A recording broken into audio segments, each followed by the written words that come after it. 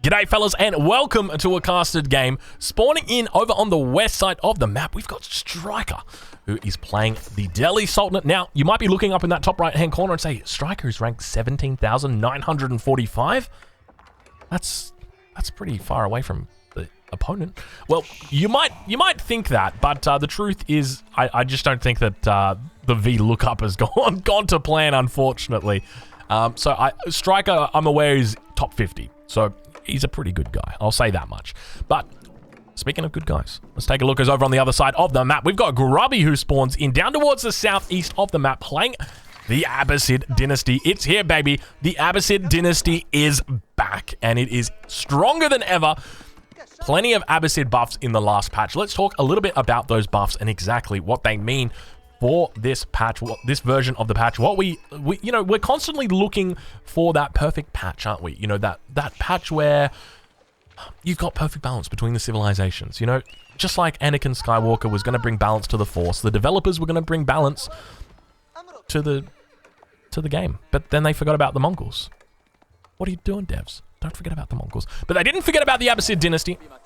So Grubby going to be opening us up with a mill. Now this, you might not think of this as standard, but this is going to be pretty standard because this bad boy has been buffed.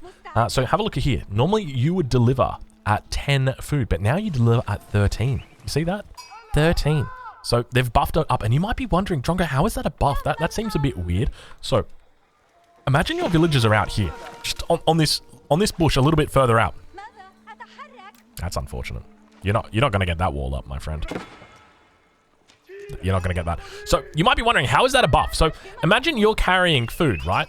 And you got to carry it back to your house. Now, you guys have all, you know, if you're a male and you're watching this, you'll know what I'm talking about, because we're born with this obligation. When we are taking the groceries in from the car or from the front door, wherever it is, we must do it all in one trip. It must be in one trip. I don't care how many groceries you've got. I don't care how many arms you've got. If you've got one arm, if you've got 3 arms, if you've got 2 arms, you have to carry all the groceries in the one trip. And if you don't, well, then you're not a good grocery carrier. Now, these guys love to carry berries, and they're going to be able to carry in more berries from further less often, which means less walking time. And if you're thinking about it think about this as like your car. Your car's got the groceries in it. Here's the fridge. Mum or the missus has said, hey, bring in the groceries. You don't want to bring them in like one by one. You want to bring them in all at the same time. And that's exactly what these villagers are doing. So great change over to these villagers. Alpha Chad move for all these fellas out here carrying the groceries in. But speaking of carrying the groceries, Grubby gonna have a little bit of a tough time up here towards the north. Villager trying to get a dock down. Now, he has gone for a wall in the middle. Unfortunately, that villager did go down as well, but there's a good reason why he's done that. He's going up against Striker, playing the Delhi, and part of the reason as to why these guys are so strong on a map like this, which is Mongolian Heights, is because their fishing boats fire many arrows very, very quickly, and they do kill villagers. So it looks like a second villager has come out here, looked to secure up this dock on the front line, and now we've got the villager making its way back. So Grubby doing the right thing there and keeping that villager alive. You can see he's still got plenty of resources in the bank, but nowhere near enough to age up at this point, because he is going to be focusing on getting these bad boys up. Now, in the most recent patch, there has been buffs to both of these civilizations. The Delhi as well as the Abbasid Dynasty have been buffed. Not only have their buffs been to berry bushes. Oh my god, that was a lot of bees right there. So not only have they got berry bush buffs, they've also got buffs to the Dow. So I'm not talking about the Dow in, what is it called? The Dow, like the Dow Industrial, I was going to say Industrial Complex. No, that's not it. You guys know what I'm talking about, like the stock market. You know, money, finance, that sort of thing. We're not talking about that Dow. We're talking about the Dow that comes out here. So that bad boy has had its had its attack buffed slightly. It's gone from 8 up to 10. So a 25% buff there. Look at the villager. You can see him trying to get this wall up, but Striker not dropping a beat there, paying a lot of attention, and going to be able to chase back the villager. But have a look at this. We've actually got an outpost going to be coming down here for Grubby. So a very smart move. One of the ways to counter this fishing boom that Grubby is doing would be to drop down an outpost. So he is going to be dropping down a preemptive one. And have a look how many scouts we've already got out. Striker really demonstrating why the scout is one of the strongest units, despite the nerfs in the recent patch. Yes, the nerf to the scout. So we have seen that the scout has had a cost increase. We still see 4 scouts coming out for Striker in the first age. Also going up to the next age as well. Going up with the Dome of the Faith. Back behind this, Villager going to be going down, Outpost not going to be successful, and we are going to be seeing a potentially difficult spot for Grubby to find his way out of. Now, speaking of Grubby and difficult spots, he is going up with the Economic Wing. So in this, it does look like he is going to be thinking about a second town center as well, rallying out towards this stone outcropping. And now it looks like he's going to be up towards the north of the map, continuing to expand these walls. So I suspect we might actually have these fishing boats move up towards this position, and indeed we do as the next dock begins to come down. Also dropping down an outpost here, so just looking to try and be as defensive as possible. Scouts slowly working on this on this dock. They do manage to spot the Villager on its way up. Oh, that's terrible. That's terrible because these scouts are absolutely going to maul this Villager before it. Is that 2 villagers in there? Oh, that's 2 villagers in there. It's one of those. We were talking about the groceries before. We mentioned 1 arm, 3 arms. These guys have got 4 arms between them. That's a lot. That's a lot. But they're going to get up here, but they're not going to get up in time. That's a lot of villagers you're bringing up here, Grubby. Okay. All right. You know what? You might be okay. You can see he's got the walls up. Very, very cheeky. Striker stands in on top of them. He says, you know what? You can try and place your walls, but I'm going to stand right on top of them. He's very, very annoying. And now we've got our first Dow out of the game. All of the walls in the middle going to go down. And now it looks like we've got ourselves a good old-fashioned police chase as the Dow heads up the river. Going to be looking to try and secure a little bit more of a foothold for Striker and try and take control of the entire river. You can see that these walls still haven't been built. Ideally, he wants to get the villagers into this outpost so that the villagers are able to fire down on here before the Dow gets here. But now the Dow going to be coming in. We've got Grubby in a little bit of a difficult spot. He does get up to the next age, but we are in absolute trouble. Grubby, you got to get inside that outpost. He does manage to get inside, loses a villager once it gets in. He's going to be able to force that Dow back. You can see how much damage gets taken, but now going to be able to head back towards that wall. He's going to secure that wall, and he's going to maintain a little bit of a foothold towards this northern position. Fishing boat's very, very close to having to drop off that food as well. We'll take a look at how Grubby's doing. Now, keep in mind, he was going towards that second town center. He's been keeping a couple villagers on gold, but a lot of villagers on wood at this point. Probably going to be looking to continue his expansion with the dock. But at this point, I mean, he's very happy with this. But keep in mind, in the most recent patch, we have seen shoreline fish nerfed significantly. So there's not a lot of fish up here for Grubby. He's got 1 patch. He's got 2 patches. That's it. That's 1,000 food. That's equivalent to 2 berry bushes. You can see right here, 2 berry bushes. That's what that is equivalent to. It's not a lot of food. So you really got to start, and this is one of the things that I absolutely love about this most recent patch is because it actually forces people to go, well, hold on a minute. Is fishing even worth it? Is fishing even worth committing to?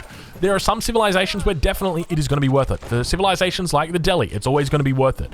But when you think about it from Grubby's perspective, was it even worth committing the resources? Like, think about the resources that he's put in here. He's put in 75 wood into this.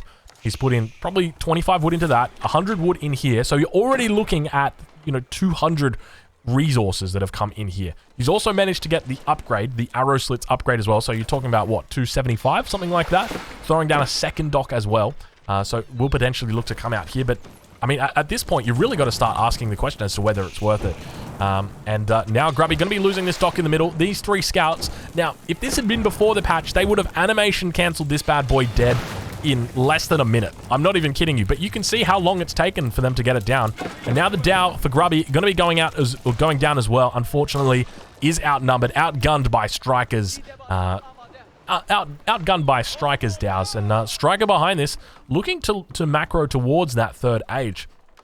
Has picked up a stable, does have down his mosque.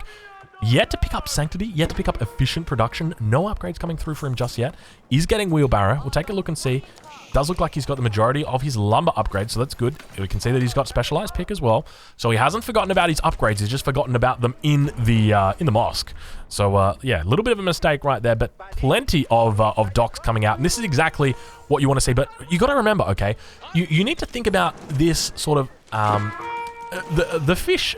Think of them as a more explosive type of economic investment, okay? Because once the fish run out, That's it. You don't have these units or this advantage anymore, because at the moment this advantage exists. If we look at the village account, you see 42 villagers compared to 36. Okay, when you do a stock take, you see that there's 13 fishing boats out here.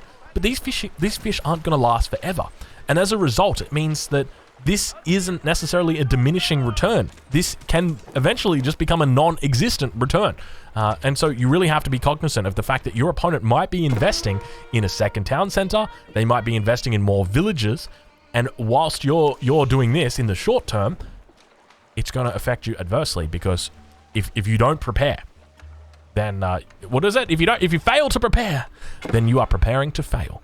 I think that's the quote. It's a it's a pretty commonly heard quote, or commonly said quote, I guess you could say. But I think the fact that Grubby is contesting this, I'll be honest, I don't really like it. Let's talk a little bit more about hypothetics about how this game should go or would go from here. So, in my opinion, Grubby needs to diversify into a second town center, potentially even into a third town center, but I don't think he's going to have time because he's invested too many resources up here. Ideally, what he wanted to do, even if you just want to keep this up here, right, like keep your wall, keep your outpost, all that stuff, go into a second town center, even go into a third town center. You do have the House of Wisdom.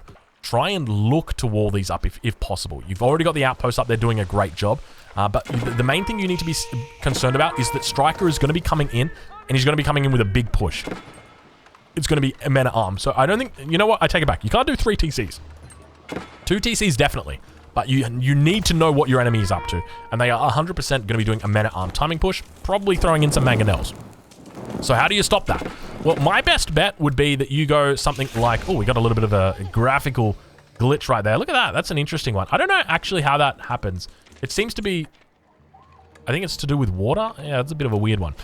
So yeah, from this point, I would say if I'm Grubby, I would have gone for that 2 town center play, which he has done. So hats off to him. I would have loved to have seen it a little bit earlier, and then at the same time start thinking about this men-at-arm push. How am I going to counter the men-at-arm push? I'm playing as the I'm playing as the Abbasid. What do I have that could possibly beat a men-at-arm push? Well, I guess the only real answer to that is crossbows.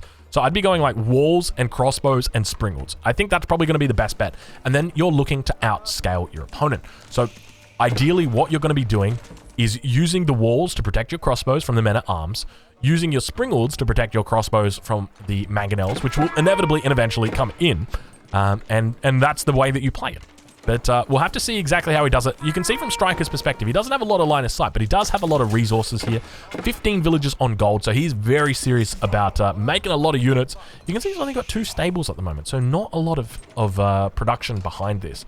Sitting on 370 wood, he does drop down a couple more. What have we got? He's going for 2 blacksmiths here. This is a little bit late on the blacksmiths. I would have loved to have seen these about 6 or 7 minutes ago, but they are coming in very, very late for him. And now Grubby, on the other hand, is still continuing down towards the south. You can see that he's expanding these towers out further and further, but you got to remember that there are just diminishing returns on this. If you look at the score, you can see that Striker is pulling ahead, but that's only because Grubby is sitting down 1 age. Once he gets up to the next age, he's going to be in a fine position, and I think he's going to be, in a really good spot. He's got the quadruple barracks getting dropped down now, and really, I mean, Striker's looking good. The only thing that he's really doing is managing to sort of keep what's the word? He's managing to keep his opponent at bay. And now we've got a raid coming in here. Grubby needs to be careful here. Going to be able to pull those villagers back. No walls coming up just yet. Does have the barracks out, but keep in mind he's going to have to upgrade these spears a long way. He needs to get them to hardened, then needs to get them to veteran, and now going to be falling underneath. Grubby definitely would be feeling like he is behind at this point as he continues to get idle villagers. He's on 46 villagers at the moment, and it looks like he's going to actually just tap out. Grubby says, you know what? I am too far behind. I don't think I can do it. I am just not going to bother, as another raid was coming in down here towards the south. Fellas, if you're watching this on YouTube, make sure you check out Grubby. I didn't actually realize this game had Grubby in it. I was actually going to be casting a Striker game, but it turned out Grubby decided to show up. So I'll leave a link in the description over towards Grubby's YouTube channel. You guys can check him out there. Interesting game. I genuinely didn't think Grubby should have tapped out there, but obviously he's a very strong player. He knows where his limits are and definitely identified that was probably a little bit too close to them. Thank you, fellas, for watching. I'll catch you guys in the next one. Goodbye.